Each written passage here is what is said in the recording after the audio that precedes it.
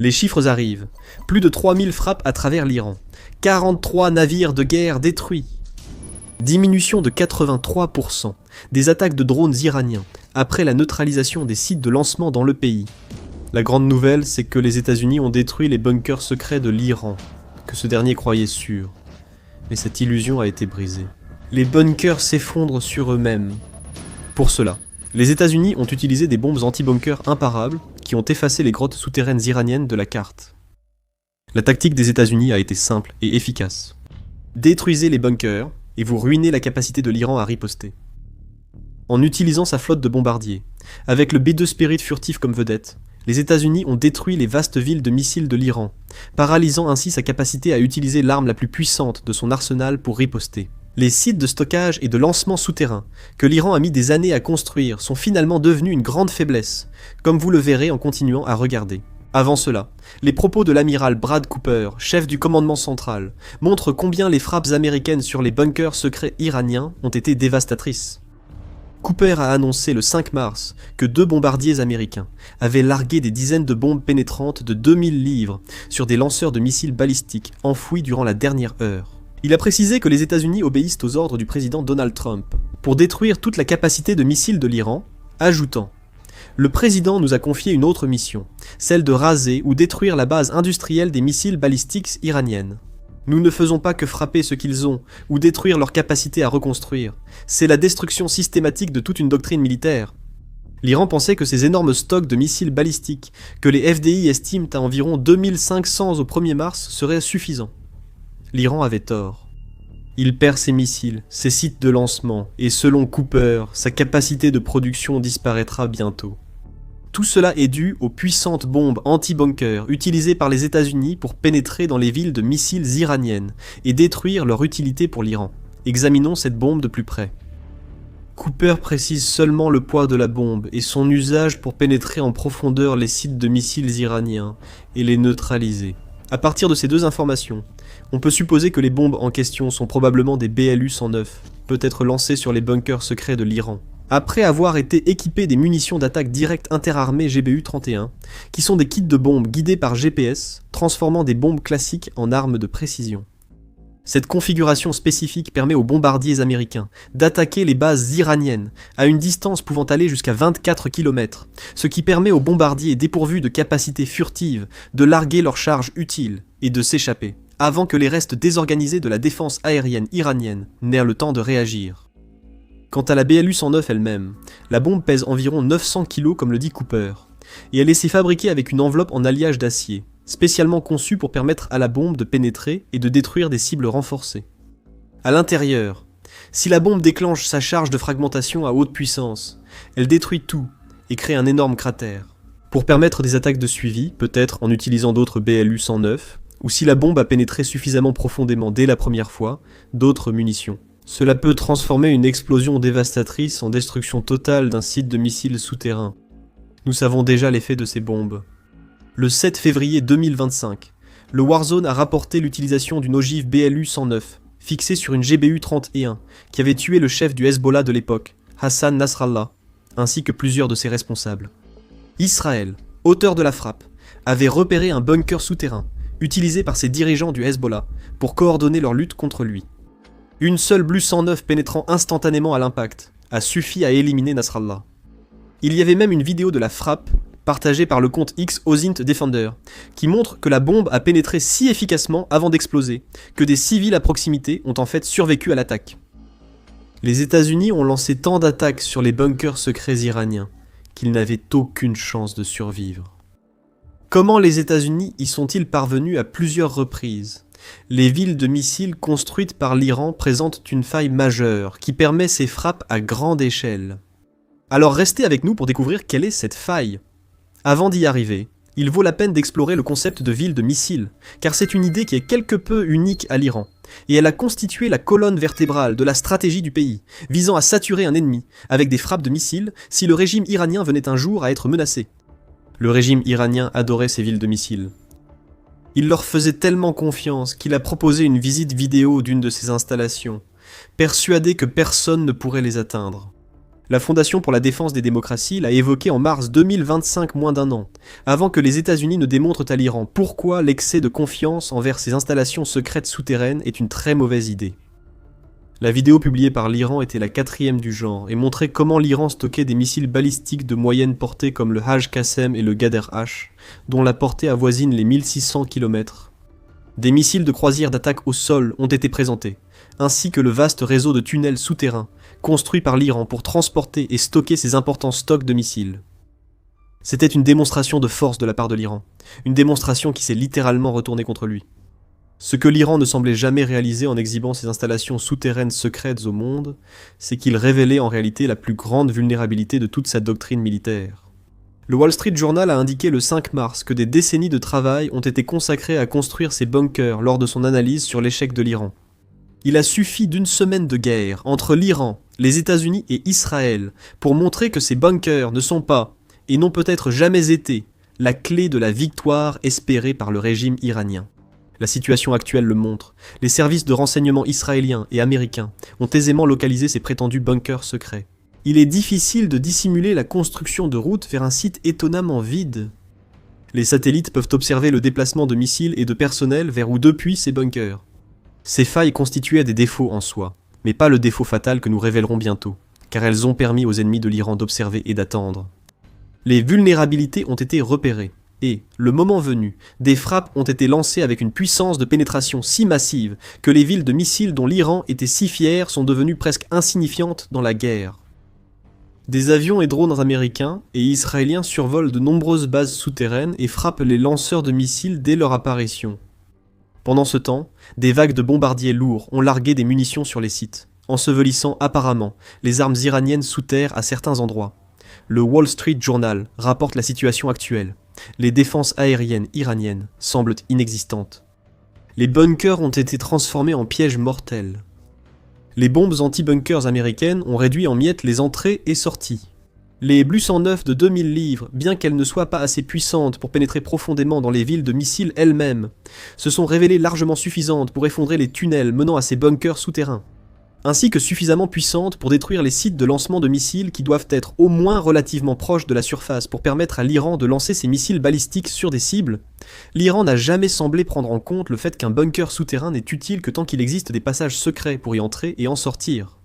Ces passages ne sont pas secrets. Les États-Unis ont utilisé des bombes anti-bunker pour les condamner, ensevelissant le personnel militaire iranien et leurs missiles dans ces villes qui devaient être le facteur décisif de l'Iran. Les dégâts causés par les États-Unis sont déjà visibles sur des images satellites diffusées dans les médias grand public. Le 3 mars, le New York Times a publié un article présentant des photos avant et après de plusieurs bunkers et sites de missiles clés iraniens. L'un de ces sites, situé près d'Ispahan, avait été entièrement rasé au 3 mars. À Kangavar, l'entrée d'une installation souterraine s'était complètement effondrée au 2 mars. À Kermanshah, des bâtiments en surface avaient été détruits au 2 mars, et la photographie prise à cette date révélait également un cratère révélateur juste à côté des entrées de tunnels de la ville des missiles de la région. Pas besoin d'être un génie pour comprendre. Un autre projectile a frappé le sol et effondré le tunnel. C'est une histoire maintes fois répétée en Iran. Et cela s'est produit à cause du défaut fatal que nous avons mentionné plus tôt. Ce défaut a tout changé pour l'Iran en transformant son plan directeur en une faiblesse si prévisible avec le recul que c'en est presque risible. Et au fait, si c'est le genre d'analyse que vous souhaitez voir plus souvent, assurez-vous de vous abonner à The Military Show. Nous expliquons les choses de cette façon chaque semaine. Maintenant, la faille fatale. L'erreur si simple a permis aux États-Unis d'utiliser librement leurs bombes anti-bunker et de paralyser la stratégie militaire iranienne. Qu'est-ce que c'est ? En résumé, les villes de missiles, bien que l'Iran les jugeait impressionnantes, ont supprimé toute mobilité à sa stratégie de missiles. Sam Lehr, chercheur associé au centre James Martin pour les études sur la non-prolifération, l'explique clairement au Wall Street Journal. Ce qui était autrefois mobile et difficile à trouver n'est plus mobile, et est plus facile à atteindre, explique Lehr. Et cela signifie que les villes de missiles de l'Iran, qui abritent chacune potentiellement des centaines de missiles balistiques, ainsi que les lanceurs nécessaires pour combattre, sont devenues des cibles faciles pour les États-Unis. Après la révélation de l'emplacement des bunkers souterrains, et sachant que les États-Unis et Israël étaient informés bien avant de lancer leur opération conjointe, l'Iran n'a plus d'option. Que peut-il faire d'autre que subir ce que les États-Unis lui imposent ? Des bombes anti-bunker ont été lancées sur ces sites car les États-Unis savent que l'Iran n'a plus d'échappatoire. Ce n'est pas comme si l'Iran pouvait essayer de transporter des lanceurs hors de ces villes maintenant que les États-Unis et leurs avions de guerre rôdent dans les parages. Même les sorties et entrées intactes restent dangereuses. Lorsqu'un missile est lancé, une bombe suit rapidement. Les satellites surveillent et photographient en continu, dont l'Iran n'a d'autre choix que de laisser son peuple et ses missiles cachés dans les mêmes installations qu'il croyait essentielles pour gagner une guerre.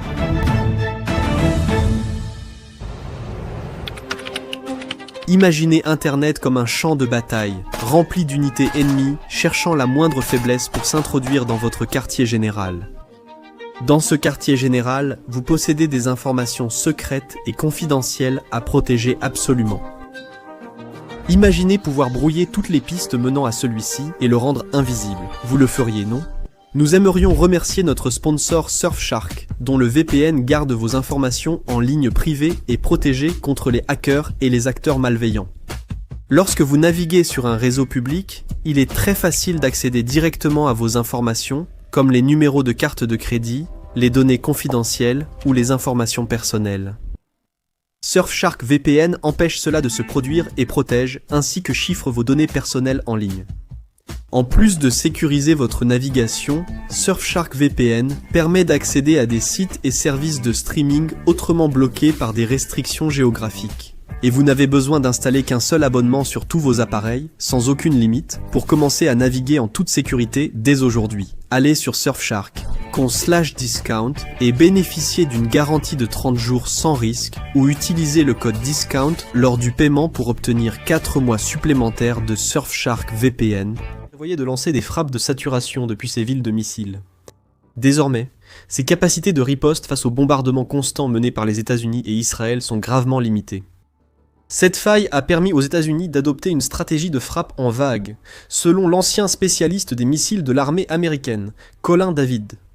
Ces attaques se font par vagues, détruisant 2 ou 3 cibles à la fois. Après plusieurs vagues, les bases deviennent inefficaces, à cause de la perte des structures de surface et lanceurs, explique David. Les bunkers secrets iraniens sont immobiles. Ils ne sont pas aussi secrets que l'Iran le pensait. Les États-Unis multiplient les frappes, détruisant tunnels, bâtiments, et sites de lancement de missiles. La situation de l'Iran se détériore. Moins de 2 semaines après le début de la guerre, les États-Unis disposent désormais de temps, car ils ne se limitent pas à détruire les bunkers secrets de missiles iraniens. Ils ont aussi démantelé tout le réseau de défense aérienne iranien, permettant à leurs bombardiers et avions de chasse de voler presque librement dans l'espace aérien iranien. Selon la presse, le chef d'état-major de Tsahal, le lieutenant-général Ayel Zamir, affirme qu'environ 80% des systèmes de défense aérienne de l'Iran ont été mis hors service, ce qui a permis aux États-Unis et à Israël de pénétrer encore plus profondément dans le pays. La capitale iranienne, Téhéran, est désormais exposée à toute frappe des Alliés. Il en va de même pour les villes de missiles qui ont déjà été durement frappées. Cela signifie que d'autres vagues, bien au-delà de ce que nous avons déjà vu, vont arriver. Les bunkers iraniens ayant survécu à l'assaut font désormais face à un compte à rebours. Les États-Unis peuvent frapper à tout moment. L'Iran ne peut qu'espérer que ses lanceurs solaires isolés aient de la chance avec quelques tirs. Le Wall Street Journal indique que la perte des systèmes de défense aérienne iraniens pose un nouveau problème à ces bunkers secrets. Les avions de surveillance lents américains peuvent maintenant survoler une grande partie de l'Iran, sans craindre de tirs de missiles. La surveillance fournit aux États-Unis plus d'informations pour mieux cibler les sites de missiles iraniens lors de futures attaques. Les bunkers dits sûrs ont été anéantis par des vagues successives de bombes pénétrantes de 900 kg que les États-Unis peuvent larguer à tout moment et partout. Dès ce début de guerre, on voit clairement l'impact sur les plans de l'Iran pour saturer les cibles de missiles. Prenez par exemple les lanceurs iraniens. Dissimulés dans des villes de missiles, ces lanceurs deviennent inutilisables car détruits ou ensevelis dans les tunnels géants construits par l'Iran pour les protéger. Dans les 24 heures après les frappes conjointes des États-Unis et d'Israël, environ la moitié des lanceurs iraniens ont été neutralisés, selon le New York Times. C'était prévu dans le plan. Avant que l'Iran comprenne la situation, les États-Unis ont déjà pris la moitié de ce que le régime pensait utiliser dans sa stratégie de saturation. Au 8 mars, des rapports indiquaient qu'environ 70% des lanceurs de missiles iraniens avaient été mis hors service, chaque lanceur détruit, réduisant la capacité de l'Iran à lancer des salves de missiles contre les bases américaines ou Israël. Les tirs de missiles iraniens sont maintenant bien plus restreints. Comme vous allez le voir, chaque lancement iranien comporte un risque énorme. L'échec de la stratégie de missiles de l'Iran est évoqué dans un article du Jerusalem Post du 10 mars. Il est dit que l'Iran a effectué 480 lancements de missiles le 28 février, ce que l'on peut désormais attribuer à une tentative désespérée de l'Iran de tirer tout ce qu'il pouvait, alors que les bombes anti-bunker américaines ont réduit sa capacité à lancer des missiles en grande quantité. Au 9 mars, l'Iran était tombé à 40 lancements de missiles par jour, ce que le média indique comme une baisse de 92% par rapport au pic du 28 février. Ce n'est pas un choix pour l'Iran. Les lancements de drones ont également chuté de 720 à 60 par jour, après qu'une vague de frappes a détruit le réseau de lancement, pilier de la stratégie iranienne. Fait intéressant, le même média note qu'un phénomène similaire s'est produit lors de la guerre de 12 jours entre l'Iran et Israël à l'été 2025, quand le rythme de lancement de missiles iraniens est passé de 100 à environ 5 par jour en 9 jours. Peut-être que cela signifie que les stocks de missiles de l'Iran ne sont pas aussi importants que le pays voulait le faire croire au monde. Peu importe quand autant de lanceurs iraniens sont hors service. Nous avons évoqué à l'instant le risque de tous les lancements iraniens désormais. Autrement dit, les États-Unis, leurs bombes anti-bunker et les avions de surveillance restent présents, surveillant constamment les signes de lancement de missiles. Dès qu'un lancement est effectué, les États-Unis frappent. Trump affirme qu'il ne faut que 4 minutes aux États-Unis entre la détection d'un lancement et l'envoi d'un bombardier avec une bombe anti-bunker pour détruire le site. Cela laisse peu de temps à l'Iran pour protéger ses lanceurs. Même si 4 minutes suffisent, la frappe américaine détruira toute ouverture utilisée pour lancer un missile iranien, éliminant ainsi une option déjà très limitée du régime. L'Iran n'a pas la possibilité d'utiliser des silos souterrains pour ses lancements de missiles, comme le montre le fait que la plupart de ces tirs sont effectués à partir de lanceurs mobiles, qui doivent être sortis à découvert. L'Iran a tenté de développer cette capacité. Selon le Wall Street Journal, des silos rudimentaires sont répartis dans le pays. Ces soi-disant silos sont en réalité des trous creusés par l'Iran dans les montagnes, orientés vers le golfe Persique. Ils sont facilement détruits par les bombes anti-bunker, et même s'ils ne l'étaient pas, leur portée reste limitée à cause de leur mode de construction. Maintenant, tout ce que l'Iran peut faire, c'est espérer survivre. Chaque jour apporte de nouvelles frappes américaines et israéliennes. Les lance-missiles sont détruits et diminuent à chaque bombe américaine. L'Iran croyait être malin en bâtissant d'immenses réseaux souterrains de villes de missiles. En réalité, cela a seulement créé de grandes cibles immobiles qui seront frappées jusqu'à ce que l'Iran perde la seule arme lui donnant un certain levier dans cette guerre. Ce que les États-Unis envoient à l'Iran est imparable. Toute illusion de puissance iranienne a disparu. Le régime iranien s'effondre, ainsi que sa menace de missiles, ce qui est une mauvaise nouvelle pour celui qui voulait créer un nouvel axe de pouvoir à sa tête. Vladimir Poutine ne peut qu'observer alors que le régime iranien s'effondre, emportant avec lui tous ses plans pour le Moyen-Orient.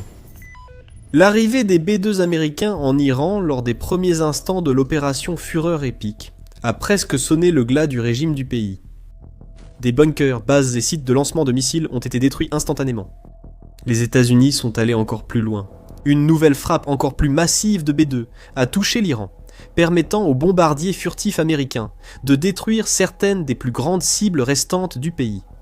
C'est une destruction que l'Iran n'avait jamais envisagée. Et ce n'est pas terminé. Les bombardiers furtifs, B-2 Spirit américains, ont poursuivi leur première attaque contre l'Iran en menant des missions plus profondes, frappant des dizaines de sites de missiles balistiques construits sous terre et dans les montagnes. Ces sites sont bombardés avec des bombes pénétrantes de 2000 livres qui détruisent toutes les protections existantes et ouvrent la voie à des attaques supplémentaires qui paralysent la capacité de l'Iran à lancer des missiles balistiques. Cela détruit la capacité de l'Iran à riposter contre les États-Unis. Sa stratégie de saturation, que nous aborderons plus tard dans la vidéo, a été anéantie avant même de commencer. Tout cela est lié au B-2 et à leur ciblage des villes de missiles en Iran.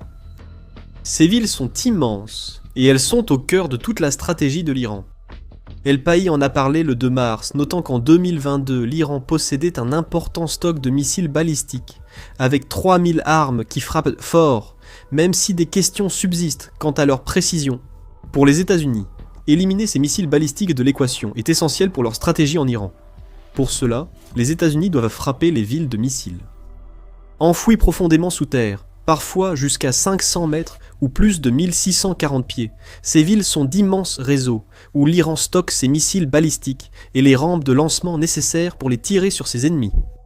L'Iran a déjà montré l'efficacité de ces villes de missiles en frappant des bases américaines au Moyen-Orient après l'opération Fureur épique des États-Unis. L'ampleur de ces frappes a considérablement diminué, car les États-Unis et leurs bombardiers B-2 ont entrepris de détruire les ouvertures dans les villes de missiles qui permettent à l'Iran de sortir, tirer et dissimuler rapidement les lanceurs. Cette stratégie n'est pas très efficace pour l'Iran. Les États-Unis et Israël peuvent réagir à chaque lancement, en quelques minutes, comme vous le verrez plus tard. Mais avec ces villes de missiles, les États-Unis font face à la fois à la plus grande menace de l'Iran et à l'une de ses pires vulnérabilités. C'est ce que rapporte le Wall Street Journal, qui affirme que la vague de bombardements intensifs que les États-Unis déchaînent sur ces villes de missiles cachés est essentiellement en train d'ensevelir les missiles et les lanceurs qu'elles contiennent, les rendant pratiquement inutilisables. L'Iran a tenté d'en tenir compte avant la frappe, selon le média, en dispersant certains lanceurs et missiles à travers le pays, mais cela annule l'objectif même des villes de missiles. Ironiquement, on peut en dire autant des B-2 qui détruisent ces villes par des bombardements. Avec ces dernières frappes, les États-Unis rendent les villes de missiles inutiles. Les dernières sorties de B-2 américains ont paralysé toute la stratégie iranienne, avant même sa mise en œuvre. Max Afterburner déclare dans sa couverture des frappes de B-2 : « C'est une démonstration claire de la domination aérienne des B-2 des missions longue portée, de la furtivité et des frappes précises qui ont déjà réduit d'environ 90% les barrages de missiles iraniens. » Ce chiffre n'est pas anodin. L'amiral Brad Cooper, chef du commandement central américain, l'a confirmé le 6 mars. Les tirs de missiles balistiques iraniens ont chuté de 90% depuis le début de la guerre, grâce aux bombardiers B-2, avec leurs bombes de 2000 livres. Ces bombardiers ont réussi à détruire la stratégie de saturation par missiles de l'Iran, au cœur de sa doctrine militaire. L'Iran a constitué un stock d'environ 3000 missiles balistiques, pour une raison précise. Son plan, face à tout adversaire, était toujours de lancer des vagues de missiles et de drones pour dévaster l'ennemi. Ce qui se passe à la place, c'est que la force écrasante de ce type de stratégie basée sur les missiles et les bombes s'est retournée contre l'Iran. Et ce sont les B-2 américains qui sont au cœur de tout, car ils ont empêché l'Iran de pouvoir riposter. L'Iran utilise des tactiques de saturation, explique Afterburner. Ils cherchent à submerger au maximum ces missiles intercepteurs. Des navires de guerre américains et des bases au Moyen-Orient tirent ces intercepteurs pour stopper les missiles iraniens avant qu'ils n'atteignent leur cible. Ils sont précieux à tous points de vue, mais l'usage des bombardiers B-2 par l'Amérique a empêché l'Iran de les saturer comme il voulait. Moins d'intercepteurs coûteux sont utilisés, car l'Iran a dû adopter une approche plus limitée, que nous détaillerons si vous restez avec nous. Le centre de recherche et d'éducation ALMA indique que l'Iran visait à constituer un arsenal de 8000 missiles balistiques avant les frappes américaines. Cela permettrait de créer une capacité de saturation pouvant submerger les défenses israéliennes, selon la source. En plus d'être utilisé contre tout autre ennemi qui oserait se dresser sur le chemin de l'Iran. Avec ces B-2, les États-Unis ont déclenché un déluge de bombes pénétrantes qui ont éradiqué toute la doctrine. Et voici comment les bombardiers ont procédé. Dans les 72 heures précédant le 6 mars, la force de bombardiers américaine a lancé des attaques sur 200 cibles en plein cœur de l'Iran, y compris plusieurs proches de la capitale, Téhéran.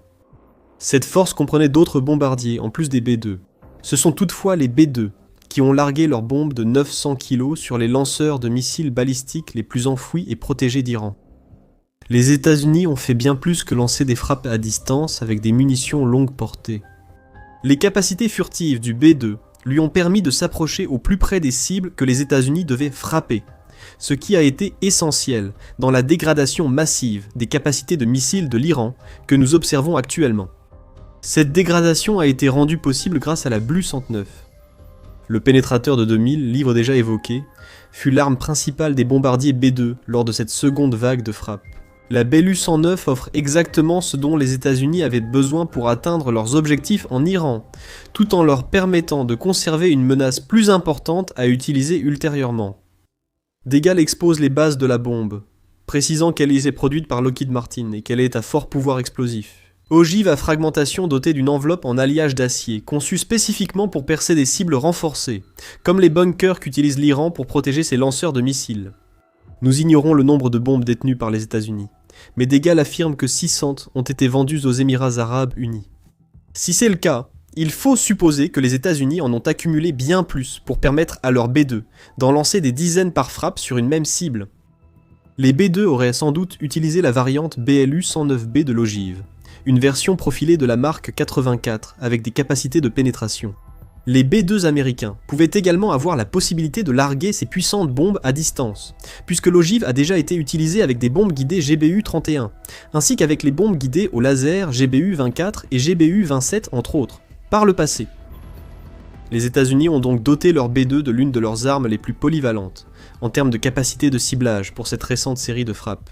Max Afterburner précise que les BLU-109 dans les GBU-31 traversent terre, roches et béton armé, généralement 1,2 à 1,8 mètres de béton voire bien plus en sol, avant l'activation du détonateur à retardement. Une fois que ce détonateur à retardement est déclenché, environ 225 kg d'explosifs déchirent la cible frappée par les B2 américains, générant une onde de choc massive qui rase tout sur son passage. Des tunnels s'effondrent, des bunkers disparaissent, emportant missiles et lanceurs que les États-Unis veulent éliminer. Mais une seconde, vous vous demandez peut-être, vous avez dit que certaines villes de missiles iraniennes sont à des centaines de mètres sous terre. Qu'est-ce qu'une bombe qui ne pénètre qu'une infime partie de cette profondeur va pouvoir faire pour empêcher l'Iran d'utiliser ces villes? C'est une très bonne question et nous allons y répondre dans un instant. Avant de continuer, vous regardez The Military Show. Si vous n'êtes pas encore abonné, c'est le moment idéal pour appuyer sur le bouton afin de ne jamais manquer une vidéo. Donc, la clé du succès du BLU-109 réside dans deux choses. Les cibles spécifiques que les B2 américains frappent avec celles-ci, et la manière dont ils utilisent les bombes. Du côté des cibles, les États-Unis ne veulent pas que leurs bombes s'enfoncent assez profondément sous terre pour détruire une ville de missiles. Pour ces villes souterraines, en réalité de vastes réseaux de tunnels, l'essentiel réside dans les entrées et sorties. Le missile ne peut pas être lancé à des centaines de mètres sous terre. Le lanceur doit être exposé à l'air libre, même si cela implique une porte percée dans une montagne pour livrer sa charge utile. Les États-Unis frappent avec leur B2, détruisant les accès aux villes de missiles, plutôt que les villes elles-mêmes. Chaque ouverture détruite réduit les options des forces de missiles iraniennes et rend leur stratégie de lancement plus risquée, car chaque tir révèle une nouvelle cible potentielle pour les États-Unis. Quant aux explications complémentaires, nous laisserons Afterburner les expliquer. En larguant Centaurm sur un site, ces BLU-109 permettront de pénétrer profondément et d'atteindre même les cibles les plus difficiles, dit-il. Les B2 américains peuvent donc aller plus loin. L'US Air Force affirme qu'un B2 peut transporter 40 000 livres de charge utile. Dans le cas du BLU-109, cela représente 20 bombes qui peuvent toutes être larguées sur une seule cible, peut-être en plusieurs passages. Chaque salve s'enfonce plus profondément pour permettre aux États-Unis de toucher des cibles enterrées inaccessibles avec une seule bombe. Et cela sans compter les autres bombes larguées par les avions américains une fois les pénétrateurs utilisés. Les B2 ouvrent une brèche. D'autres bombardiers peuvent ensuite éliminer tout dans la brèche. L'Iran devrait se réjouir que les États-Unis n'utilisent pour l'instant que des BLU-109 avec leur B2.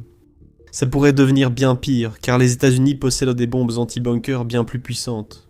L'une de ces bombes anti-bunker se résume en 3 mots. Massive Ordnance Penetrator. Aussi appelée MOP, cette bombe anti-bunker est 15 fois plus grande que la BLU-109 et peut être chargée dans le B2. La Fondation pour la défense de la démocratie indique que la MOP peut pénétrer 60 mètres et fait exploser une ogive de 2270 kg à l'impact, soit une puissance 10 fois supérieure à la BLU-109. Comme pour la BLU-109, plusieurs MOP peuvent être largués sur une cible pour une pénétration plus profonde. Afterburner rappelle que l'Iran connaît déjà ces bombes puissantes, les États-Unis les ayant utilisées contre ses installations nucléaires à l'été 2025.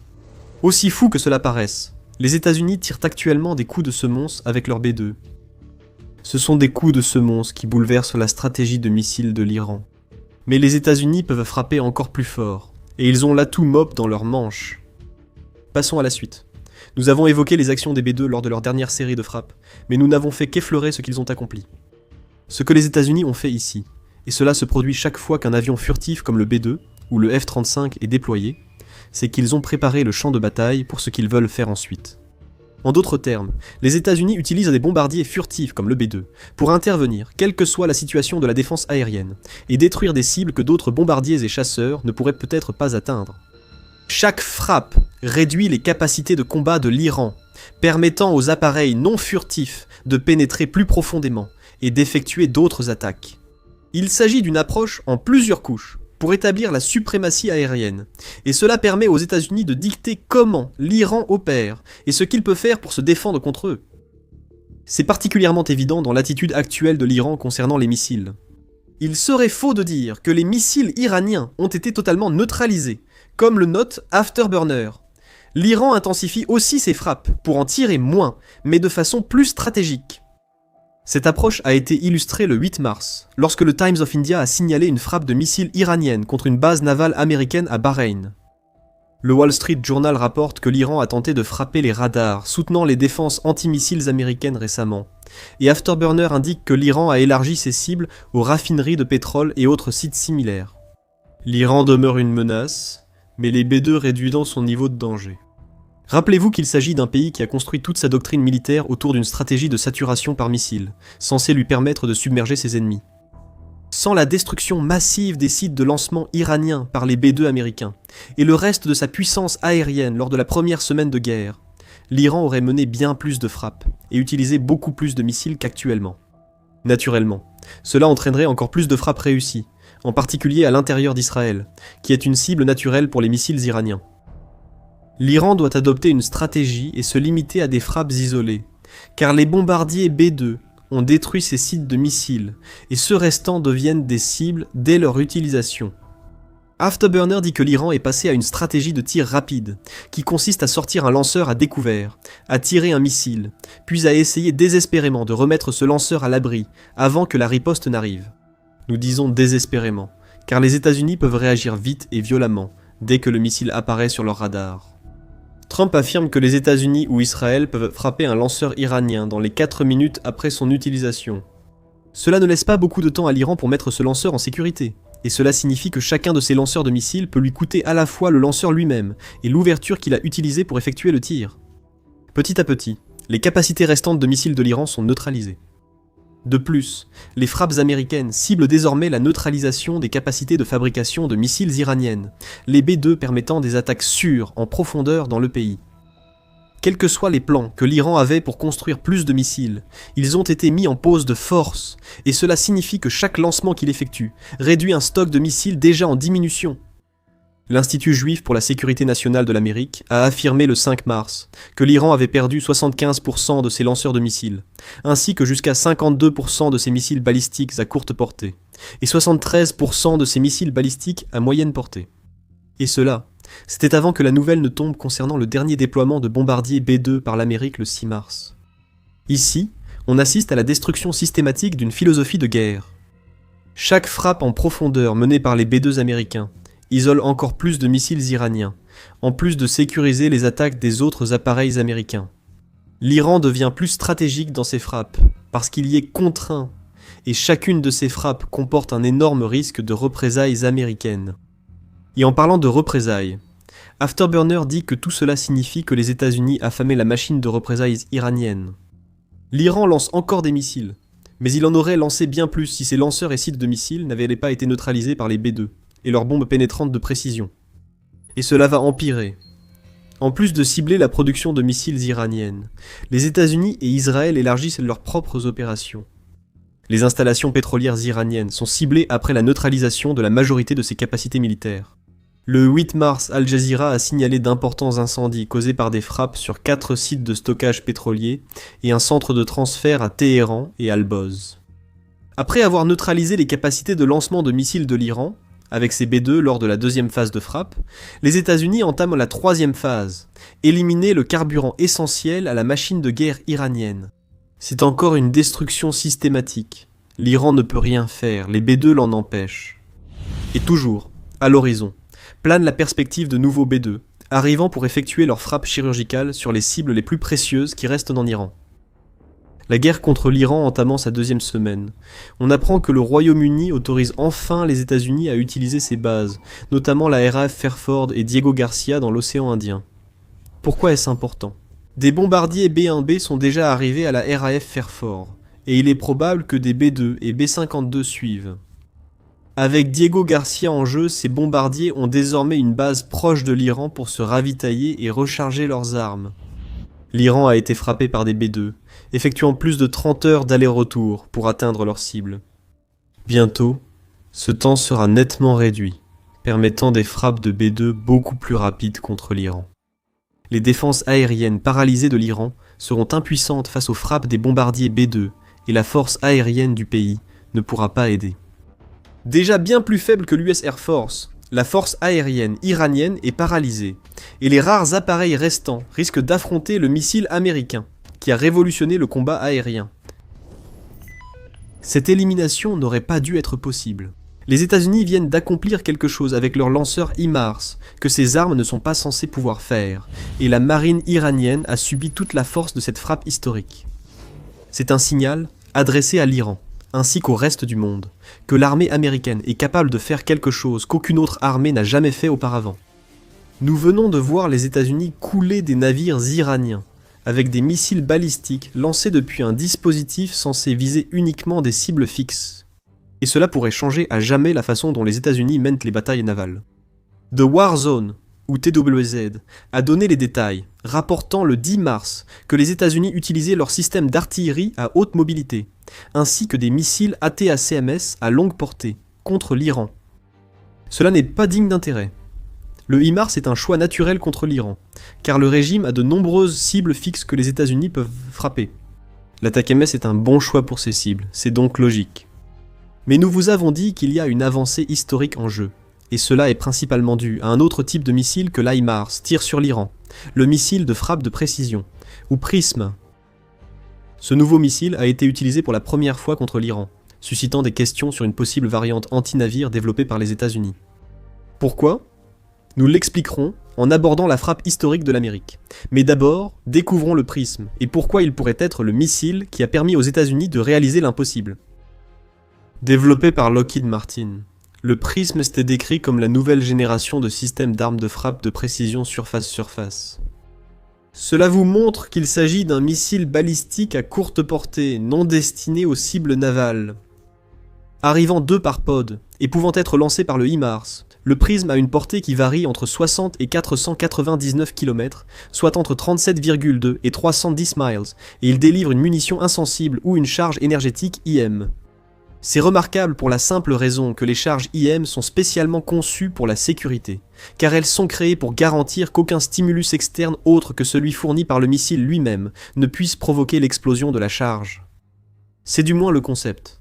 L'Iran a très vite appris qu'une charge énergétique IM, qui fait ce qu'elle est censée faire, suffit à couler des navires. Selon le Defense Post, le PRISM permet aux États-Unis de frapper rapidement des cibles à délai critique grâce à des lanceurs terrestres mobiles comme le HIMARS déjà déployé. Les États-Unis ayant de nombreuses bases autour de l'Iran, il est probable que des systèmes HIMARS s'y trouvent. Les États-Unis n'avaient qu'à amener leurs missiles de 816 kg, soit près de 1800 livres, là où ils voulaient, et l'Iran deviendrait une cible pour ce nouveau missile balistique. Nous avons constaté que les États-Unis tirent des missiles avec leurs lanceurs HIMARS, notamment des PRISM.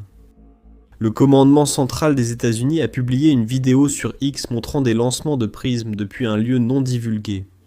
Pour la première fois, des missiles de précision longue portés PRISM ont été employés au combat lors de l'opération Epic Fury, offrant une capacité de frappe inégalée, a annoncé le CENTCOM sans donner plus de détails que quelques lancements présentés.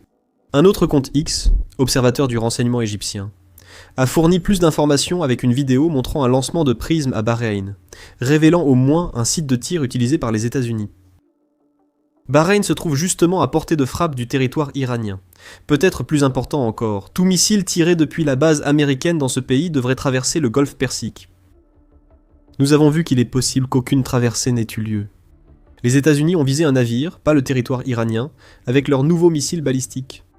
C'est l'exploit impossible qui accompagne la première utilisation mondiale de PRISM, et TWZ explique ce qui s'est passé.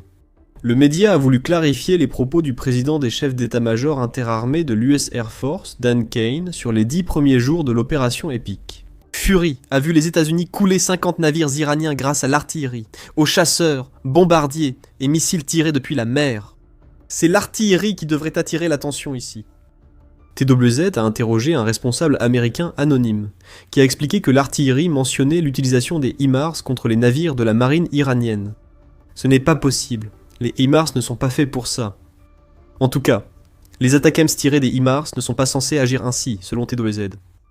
Il faut aussi noter qu'aucune variante opérationnelle connue de l'ATACMS ne peut viser des cibles mobiles. Il doit donc être utilisé contre des navires stationnaires, selon le média. Il est possible que les États-Unis aient frappé un navire stationnaire avec des ATACMS, mais leur portée, inférieure à celle du prisme, complique cela. Le HIMARS lui-même n'est pas non plus très efficace pour frapper des cibles mobiles, comme nous l'avons appris lors de la guerre en Ukraine. La docteure Marina Miron, experte en guerre au King's College de Londres, l'a expliqué lors d'un entretien avec la BBC sur l'utilisation des lanceurs HIMARS par l'Ukraine, en 2022. Le HIMARS est très précis contre des cibles fixes avec les bonnes coordonnées, a expliqué Miron, mais moins efficace contre des cibles mobiles comme des troupes. Il ne peut donc pas repousser une avancée. Pourtant, Kane affirme que l'artillerie a été utilisée contre les navires iraniens, et un responsable a confirmé à TWZ qu'il s'agissait du HIMARS. Les preuves commencent à s'accumuler, montrant que les États-Unis ont réussi quelque chose qu'ils n'avaient jamais fait auparavant, détruire un navire de guerre avec un missile balistique. La question que nous devons maintenant nous poser est simple. Comment ? Un rebondissement dans l'affaire Prism pourrait nous éclairer, mais appliquons d'abord le rasoir d'Occam, et supposons que la solution la plus simple est la bonne.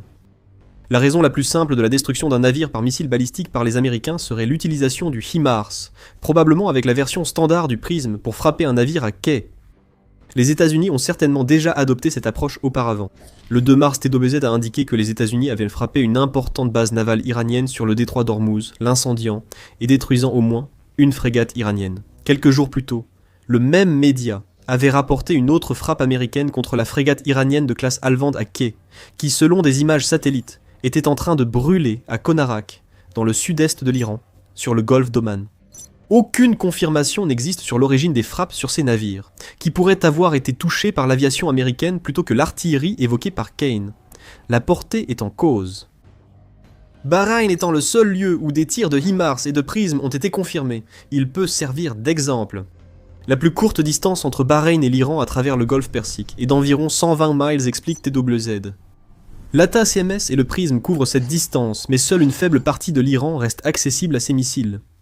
Pour les frappes sur des navires au port, les États-Unis ont peu d'options. Seuls les ports de Bandar Kangan et d'Assalouya sont à portée. Si l'Iran a stationné des navires de guerre dans ces ports, il est probable que les États-Unis les aient frappés avec des missiles balistiques pour les éliminer. C'est la façon la plus simple d'expliquer la première mondiale que les États-Unis viennent d'accomplir. Mais et s'il y avait une autre explication ? Et si les États-Unis avaient réussi à neutraliser un navire de guerre iranien en mouvement en utilisant un HIMARS et un missile balistique Prism ? Aussi incroyable que cela semble, il y a de grandes chances que ce soit bien ce qui s'est passé, et nous allons l'expliquer bientôt. Mais avant d'aller plus loin, vous regardez The Military Show. Si vous n'êtes pas encore abonné, c'est le moment idéal pour cliquer sur ce bouton afin de ne jamais manquer une vidéo. Passons donc du probable à ce qui semble impossible. Comment les États-Unis pourraient-ils frapper un navire en mouvement avec l'un de leurs missiles balistiques ? C'est un exploit très difficile, même dans de bonnes conditions. Même avec le prisme standard, les États-Unis auraient du mal à atteindre un navire en mouvement. L'indice est dans nos propos. Même rapides, les missiles balistiques parcourent des centaines de kilomètres pour atteindre leur cible. Les frappes instantanées étant impossibles, viser une cible mobile comme un navire est très difficile. Ajoutez cette cible à l'immensité d'un océan ou d'une mer, et les défis augmentent encore. Localiser un navire et prévoir sa position à l'arrivée du missile est un défi majeur, que les missiles balistiques classiques ne relèvent pas toujours. En tout cas, pas les missiles des lanceurs HIMARS. Peut-être que les États-Unis n'ont pas déployé de missiles standards. La version du prisme utilisée contre le navire de guerre iranien était probablement une variante anti-navire que les États-Unis développent depuis un certain temps. Nos preuves de ce développement datent de 2024. En juin de cette année, Naval News a annoncé que les États-Unis avaient mené leur premier exercice, SINT-X, de destruction de navires par missile balistique anti-navire, utilisant le prisme. Lors de l'exercice Valiant Shield, les États-Unis ont utilisé un lanceur autonome multidomaine et 2 missiles prisme pour frapper un navire désarmé en mouvement. Cet exercice a marqué la première utilisation de ces deux systèmes hors des États-Unis. Mais c'est surtout le succès du prisme à toucher sa cible qui est le plus marquant. Un ThinkX n'avait jamais été fait avec un missile balistique. Maintenant, c'est chose faite. Et cela signifie que Prism offre une arme que les États-Unis peuvent utiliser pour réaliser des exploits similaires près de 2 ans plus tard dans les eaux autour de l'Iran. TWZ ajoute qu'il existe des preuves que les États-Unis développent une version de Prism dotée d'un autodirecteur supplémentaire appelé Increment 2. Il y avait des rumeurs à ce sujet en janvier 2024, 6 mois avant le succès de ThinkX qui a utilisé Prism.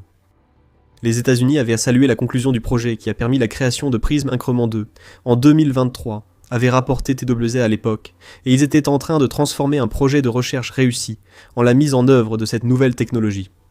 L'utilisation d'un prisme à l'été 2024 pour couler un navire pourrait bien avoir été le premier exemple de la mise en œuvre fructueuse de la technologie Increment 2. Les États-Unis utilisent prisme en Iran, mais pas comme on aurait pu le penser. Cependant, il y a beaucoup d'inconnus dans cette équation, comme l'explique TWZ. L'armée aurait peut-être déjà déployé les prismes Increment 2 du moins, de façon limitée.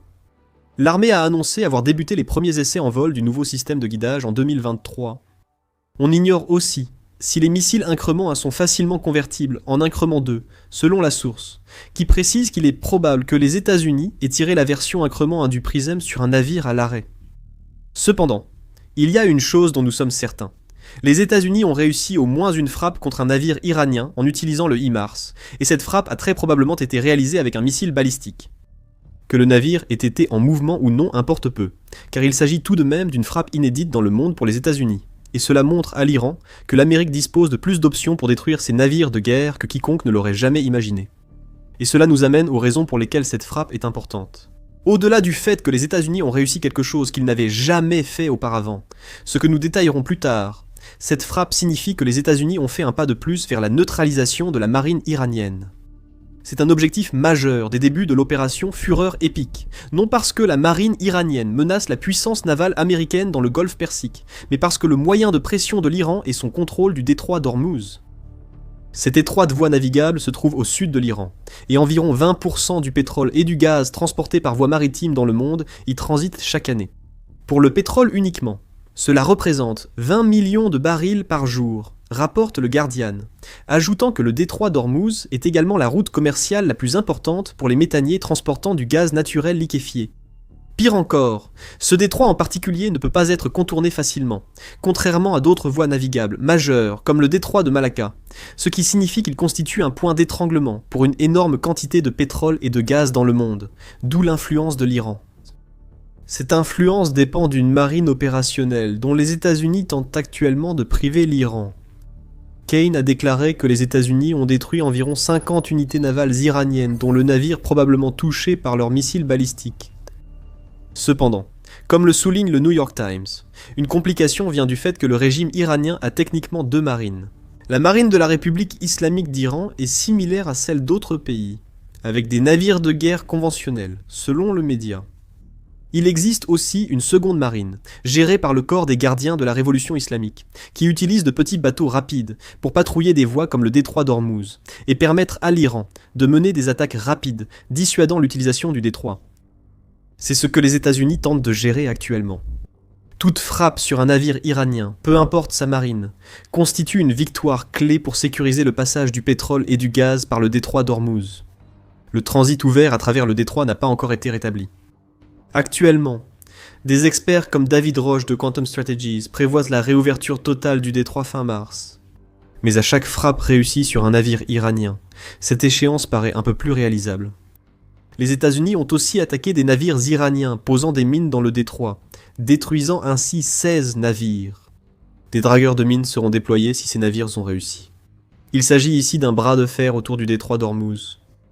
Les États-Unis pouvant frapper des navires avec des missiles balistiques, l'Iran a un problème de plus dans une guerre navale qu'il perd clairement.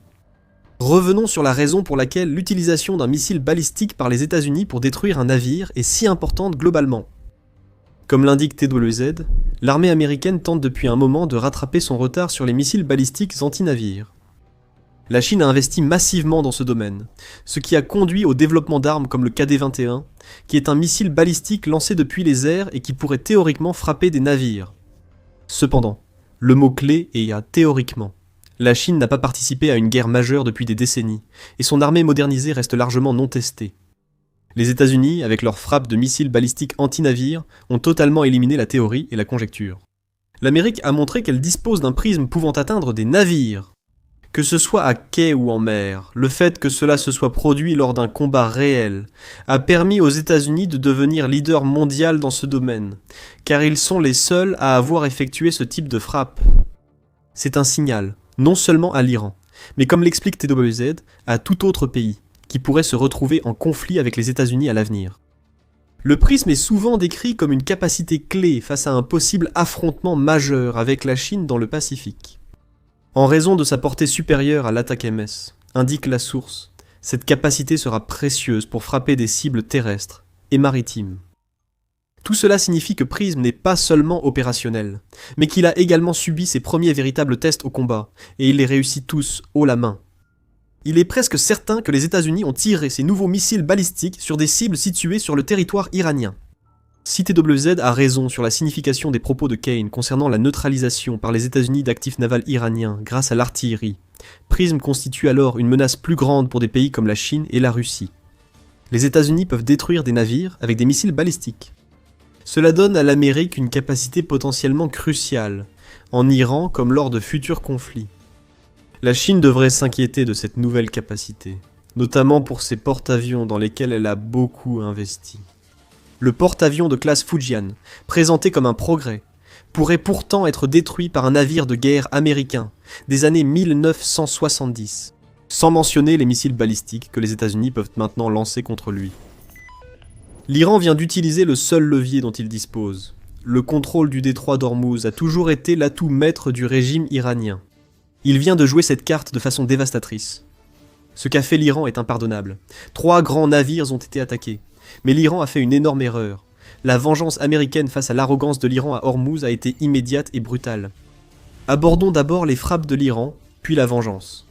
Le 11 mars, le Guardian a rapporté qu'un trio de navires marchands avait été frappé dans et autour du détroit d'Ormuz. L'un de ces transporteurs, le Mayuri Nouri, enregistré en Thaïlande, a reçu la majeure partie de la frappe, touché par 2 projectiles d'origine inconnue. C'est une manière polie de dire que l'Iran a attaqué le vraquier lors d'une frappe qui a laissé le navire en flammes peu après son départ d'un port des Émirats arabes unis. Cette frappe, survenue à 11 milles nautiques au nord d'Oman, a mis fin à 4 jours sans attaques iraniennes contre la navigation commerciale dans le détroit d'Ormuz. L'équipage du Mayuri Nouri a dû évacuer le navire après l'attaque. Jusqu'à présent, il semble qu'il n'y ait pas eu de victimes. Le Guardian indique que la marine omanaise a évacué 20 membres d'équipage, tandis que 3 autres sont restés pour servir d'équipage réduit à bord du navire endommagé en attendant un sauvetage. L'attaque a entraîné une série de répliques, d'autres projectiles inconnus frappant des navires près du détroit. Le porte-conteneur japonais, One Majesty, a été touché par un projectile alors qu'il naviguait à environ 45 km, soit 28 miles au nord-ouest de Ras Al Khaimah, qui se trouve aux Émirats arabes unis. Cette attaque fut moins dommageable que celle contre le Mayuri Nouri, le navire japonais n'ayant subi que de légers dégâts au-dessus de la ligne de flottaison. C'est un signal clair de l'Iran, montrant sa volonté de mettre à exécution ses menaces contre tout navire commercial traversant le détroit d'Ormuz. Un autre vraquier, le Star Gwinnett, battant pavillon des îles Marshall, a également été touché à environ 50 km, soit 30 miles au nord-ouest de Dubaï. Des dégâts ont touché la coque près de la cale alors que le navire était à l'ancre, sans faire de blessés. C'est la stratégie de guerre de l'Iran. C'est la seule que possède le pays, car le détroit d'Ormuz est l'unique levier de l'Iran dans sa guerre contre les États-Unis et Israël. Selon Reuters, ces 3 attaques s'ajoutent à au moins 11 autres survenues dans le détroit d'Ormuz, ou les environs depuis le début de la guerre. L'Iran a clairement précisé l'objectif de ces frappes. Préparez-vous à un pétrole à $200 le baril, car son prix dépend de la sécurité régionale que vous avez déstabilisée, a déclaré Ibrahim Zolfakari, porte-parole de ce qu'il reste du commandement militaire iranien. Le prix du baril de pétrole avait déjà atteint $120, mais s'est stabilisé près de $90 dans l'espoir d'une fin prochaine de la guerre avec l'Iran. Cette fin pourrait prendre plus de temps que souhaité. Nous y reviendrons plus tard. L'Iran pourrait avoir une autre raison d'attaquer ses pétroliers civils, comme l'explique Max Afterburner dans son analyse des récents événements dans le détroit. C'est clairement une vengeance des gardiens de la révolution iranienne, affirme Max Afterburner au sujet du corps des gardiens de la révolution islamique, qui sert de seconde armée au régime iranien. Et la raison pour laquelle cette vengeance est exercée, c'est à cause des frappes incessantes qu'ils subissent de la part de l'armée américaine. C'est peut-être le cas, mais en réalité, tout cela concerne surtout le fait que l'Iran mise davantage sur la seule chose qu'il pourrait utiliser pour convaincre les États-Unis et Israël de mettre fin à leur vaste campagne de bombardement sur le territoire iranien. Comme le note Bloomberg, la stratégie de l'Iran dans le détroit d'Ormuz vise à aboutir à l'un des deux scénarios, qui profitent tous deux au reste du régime iranien. Des deux, le scénario idéal, peut-être autant pour les États-Unis que pour l'Iran, serait que ces frappes favorisent des négociations de paix. Les États-Unis voulant éviter la pression liée à la fermeture d'une voie maritime par où transite 20% du pétrole mondial chaque année. L'autre scénario est la poursuite du chaos, provoquant les hausses de prix inévitables selon l'Iran, car les navires commerciaux évitent le détroit et empruntent des routes bien plus longues et coûteuses. C'est pourquoi nous appelons le détroit d'Ormuz le seul levier de l'Iran. Forbes va encore plus loin dans un article du 9 mars, publié juste quelques jours avant les 3 attaques, en qualifiant la stratégie de l'Iran dans le détroit d'Ormuz de véritable option nucléaire du pays. Forbes estime que les États-Unis ne doivent pas craindre un programme nucléaire encore immature. La véritable inquiétude, et celle que l'Iran essaie de susciter en ce moment, c'est que l'Iran actionne le levier stratégique du détroit d'Ormuz en le rendant impraticable pendant une longue période. L'Iran pourrait même être en mesure de mettre cette menace à exécution. Au plus étroit, le détroit d'Ormuz mesure environ 21 miles de large. Cela semble vaste, mais le trafic pétrolier n'occupe pas toute la largeur, précise Forbes. Il ajoute que le trafic maritime dans le détroit n'a pas la liberté de naviguer où il veut. Le détroit d'Ormuz comprend 2 voies de navigation d'environ 2 miles de large, l'une pour l'entrée, l'autre pour la sortie, séparées par une zone tampon de 2 miles. Cela réduit ce qui est déjà un goulet d'étranglement de 21 miles à seulement 6 miles, que les vedettes rapides de l'Iran peuvent patrouiller et que ces drones peuvent frapper. Les 3 frappes du 11 mars prouvent que l'Iran peut vraiment causer des problèmes dans le détroit d'Ormuz. Mais les États-Unis ont leur mot à dire. Les attaques de l'Iran contre les navires commerciaux appelaient une réaction. Les États-Unis ont répondu rapidement et fermement, adressant un message clair au commandement militaire iranien. Toute tentative de manœuvre dans le détroit d'Ormuz sera sévèrement sanctionnée. Le président américain Donald Trump avait déjà prévenu que cette riposte arriverait. Le 10 mars, il a déclaré sur Truth Social que le régime iranien devrait éviter de transformer le détroit d'Ormuz en piège mortel pour les navires commerciaux. Trump a évoqué la deuxième stratégie de l'Iran, poser des mines, en déclarant « Si l'Iran a miné le détroit d'Ormuz, bien qu'aucun rapport ne le confirme, nous voulons qu'elle soit retirée immédiatement. Si, pour une raison quelconque, des mines étaient posées, et qu'elles n'étaient pas retirées immédiatement, les conséquences militaires pour l'Iran atteindraient un niveau jamais vu auparavant. » Trump a même fait miroiter une carotte en disant au régime iranien que ce serait un grand pas dans la bonne direction si l'Iran retirait ses mines et cessait d'attaquer les navires dans le détroit d'Ormuz. L'Iran n'a pas écouté. Et cette provocation a coûté cher au pays. Mais avant d'aller plus loin, petit rappel, vous regardez The Military Show. Si vous n'êtes pas abonné, c'est le moment d'appuyer sur ce bouton. Malgré l'avertissement, l'Iran a tout de même frappé. Il n'a peut-être pas détruit de navires commerciaux avec des mines, mais il a utilisé des projectiles, probablement des drones aériens, comme les Shahids, pour attaquer la navigation commerciale. Fidèles aux paroles de Trump, les États-Unis ont infligé une punition qui a choqué le régime militaire iranien. Comment ? Les États-Unis ont détruit 16 navires poseurs de mines iraniens, et d'autres bâtiments de la marine lors d'attaques dévastatrices. Le commandement central des États-Unis a confirmé l'information le 11 mars, après que Trump a signalé les 10 premiers navires, seulement 13 minutes après son premier avertissement à l'Iran le 10 mars. Je suis heureux d'annoncer qu'au cours des dernières heures, nous avons frappé et complètement détruit 10 navires poseurs de mines inactifs, et d'autres suivront, a déclaré Trump. Nous vous avions dit que la vengeance serait instantanée. Nous supposons qu'aussitôt que les États-Unis ont été informés de la première des 3 frappes dont nous avons parlé, le doigt déjà sur la gâchette a appuyé. L'Iran en souffrira, car son projet de contrôler le détroit d'Ormuz avec des mines a échoué instantanément. Les navires inactifs mentionnés par Donald Trump allaient sans doute bientôt devenir actifs. Ils ont disparu, comme 6 autres depuis l'annonce de Donald Trump. L'Iran aurait tort de croire que c'était le pire. Les États-Unis ont réagi en détruisant des classes entières de navires de guerre iraniens, et pas seulement quelques poseurs de mines, après les actions de l'Iran dans le détroit d'Ormuz. C'est ce qu'affirme Afterburner, qui fait un récapitulatif des ravages causés à la marine iranienne.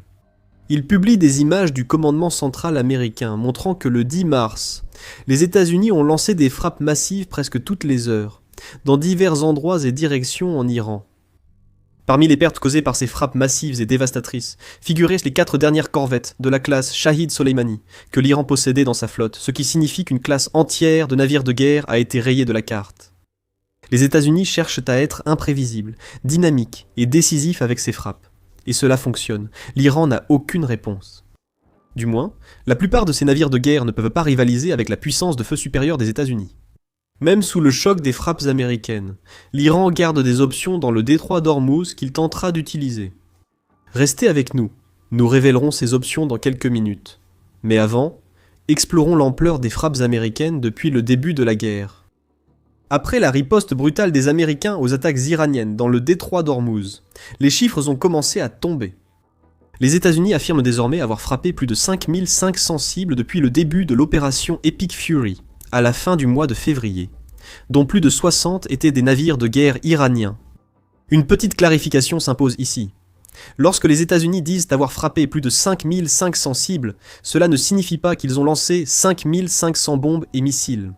La quantité de munitions utilisées sera encore plus élevée, surtout contre les cibles renforcées de l'Iran, comme les bunkers souterrains, qui nécessitent plusieurs frappes pour être neutralisés.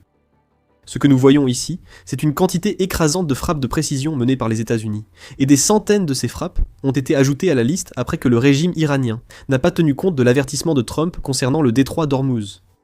Perdre ces navires poseurs de mines était déjà suffisamment grave pour l'Iran. Le fait que les États-Unis frappent partout et presque en continu a prouvé au régime iranien que pour chaque navire commercial endommagé par un drone, les États-Unis détruiront des points militaires clés, des navires et tout ce que leurs armes peuvent viser en Iran. Par tout ce que nous affirmons que les États-Unis choisissent librement leurs cibles, l'Iran étant incapable de les arrêter. La seule chose dont les États-Unis doivent se méfier, c'est que frapper 5500 cibles et utiliser bien plus de munitions que cela n'est pas soutenable sur le long terme. Preston Stewart évoque ce point dans son analyse des frappes iraniennes dans le détroit d'Ormuz et la riposte massive des États-Unis. Il note que 5500 cibles frappées représenteraient en moyenne environ 500 cibles par jour, et que cela pourrait poser problème sur le long terme. Toutes ces frappes ne peuvent pas être réalisées uniquement avec des munitions à distance, affirme Stewart en parlant du maintien d'un rythme de 500 frappes par jour. Il ajoute « Nous aurions beaucoup de Tomahawk. Nous manquons d'attaques MS et de missiles de croisière longue portée. Nous n'en avons pas assez pour effectuer 500 attaques quotidiennes à long terme. » Il y a de fortes chances que les États-Unis se tournent vers l'utilisation de bombes guidées dans leur campagne de dévastation aérienne contre l'Iran, ce qui leur permettra de maintenir ce que nous voyons actuellement en Iran aussi longtemps que nécessaire pour atteindre l'objectif de forcer l'Iran à abandonner son levier dans le détroit d'Ormuz. Ce maintien sera nécessaire. Même si les États-Unis ont sanctionné l'Iran pour ses actions contre 3 navires commerciaux dans le détroit d'Ormuz, il serait naïf de penser que les affrontements pour cette zone sont finis. Le détroit est crucial, comme évoqué plus tôt en parlant de la stratégie iranienne pour faire grimper le pétrole à $200 le baril. Il existe une menace réelle ici, comme le souligne le Strauss Center for International Security and Law, car environ 17 millions de barils transitent chaque jour par ce seul détroit, ce qui représente environ 20 à 30% de la consommation mondiale de pétrole. La région du Golfe dépend du détroit d'Ormuz, car les pipelines sont rares. Au total, 88% du pétrole qui quitte le Golfe Persique passe par le détroit d'Ormuz, dont l'Iran ne renoncera pas à sa capacité de contrôler le passage par le détroit sans une véritable lutte. Le défi de l'Amérique, c'est que ce combat ne viendra ni des grands navires de guerre iraniens, ni des poseurs de mines détruits par les États-Unis. À la place, l'Iran va s'appuyer sur l'autre option dont il dispose, que nous avons évoquée il y a un instant, les vedettes rapides d'attaque. Même si ces navires de guerre coulent et que sa stratégie de mine disparaît, l'Iran possède encore de nombreuses vedettes rapides pour attaquer une cible, lancer un drone ou une roquette, puis repartir avant toute réaction. Afterburner souligne cela, en notant que ces vedettes rapides n'ont même pas besoin d'être équipées d'équipage dans certains cas. L'Iran dispose de petites embarcations rapides télécommandées et remplies d'explosifs, similaires aux drones maritimes utilisés par l'Ukraine avec des effets si dévastateurs contre des navires russes en mer Noire. Les États-Unis s'inquiètent, alors qu'ils entament une nouvelle phase dans le détroit d'Ormuz après avoir neutralisé les poseurs de mines. Ces vedettes rapides ont un impact. Même si les États-Unis ont mis à exécution les menaces de représailles de Trump, ils n'ont pas rouvert le détroit d'Ormuz à la navigation commerciale. Du moins, pas à un trafic indiquant que les propriétaires de navires commerciaux estiment pouvoir passer sans risque d'attaque. Le 12 mars, 2 navires, le Cephasi Vishnu et le Zafira Swiri, battant pavillon des îles Marshall, ont été touchés lors d'attaques bien plus graves que les 3 incidents précédemment évoqués. Les 2 ont été touchés vers 1h30 du matin heure locale, au large des côtes irakiennes, à nouveau par des projectiles inconnus, et tous 2 ont pris feu. Les autorités ont secouru 38 membres d'équipage, mais une personne est décédée selon les médias irakiens. Ces vedettes rapides menacent sans cesse le détroit d'Ormuz. La question maintenant est de savoir comment les États-Unis vont pouvoir les gérer à partir de maintenant. Continuer les frappes sur le territoire iranien avec des bombes guidées, comme Stewart a suggéré que les États-Unis le font, sera crucial. C'est un jeu de pression, les États-Unis pouvant en exercer bien plus que l'Iran. Les États-Unis doivent aussi protéger les navires voulant transiter par le détroit d'Ormuz. Post-Combustion a suggéré que cela pourrait se faire en utilisant des chasseurs désormais inutiles en Iran, la campagne étant passée aux bombardements aériens. Pour contrôler le détroit d'Ormuz, des chasseurs doivent être en vol, affirme Post-Combustion, à propos des images publiées par le commandement central américain. Il ajoute « F-22, F-18, F-35, F-16, il faut en avoir autant que possible là-haut. » Il cite des images d'un F-16 détruisant des drones Shahid à Dubaï pour illustrer l'efficacité de cette méthode. On peut supposer que le plan serait de maintenir des sorties régulières au-dessus du détroit d'Ormuz, avec peut-être des ravitailleurs escortés par des chasseurs pour neutraliser toute attaque aérienne ou maritime avant qu'elle ne frappe. C'est une solution, mais elle est coûteuse, car les avions et armes américains coûtent plus cher que les drones iraniens. Toutefois, les États-Unis pourraient bientôt recevoir un soutien dans cette démarche. Comme l'a rapporté le Times, la France a annoncé son intention de déployer une flotte de navires de guerre sans précédent dans le détroit d'Ormuz, ainsi que dans la mer Rouge et la mer Méditerranée. Selon le président Emmanuel Macron, cette force comprendra 2 porte-hélicoptères, 8 frégates et le Charles de Gaulle, qui est le porte-avions amiral de la France. Ces navires opéreront avec ceux d'autres alliés, dont probablement les États-Unis, pour rouvrir le détroit d'Ormuz. Peut-être que les États-Unis n'auront pas à tout faire seuls. Grâce à la France, la protection des navires dans le détroit d'Ormuz était nettement renforcée. Les escortes sont possibles. Les navires de guerre protègent les navires commerciaux grâce à la guerre électronique et à leur arsenal pour neutraliser les vedettes rapides iraniennes et d'autres projectiles. Ce n'est peut-être pas la solution parfaite, mais cela retire l'essentiel du dernier levier dont dispose l'Iran contre les États-Unis et le reste du monde. Si l'Iran veut faire grimper le pétrole à 200 $ le baril, l'arrivée des alliés dans le détroit d'Ormuz est la riposte. Avec l'arrivée croissante de navires français, les États-Unis peuvent poursuivre leur pression sur le régime iranien via leur campagne aérienne sur le territoire. Cette pression pourrait provoquer l'effondrement du régime iranien et entraîner un effet domino mondial. Un homme qui ressentira l'impact, peut-être plus que quiconque en dehors de l'Iran lui-même, c'est Vladimir Poutine. La chute du régime iranien met fin aux ambitions de Poutine au Moyen-Orient. Découvrez pourquoi dans notre vidéo. Et si vous avez apprécié cette vidéo, n'oubliez pas de vous abonner à The Military Show pour recevoir plus d'analyses sur tout ce qui se passe pendant l'opération Fureur épique. Et merci comme toujours de nous regarder.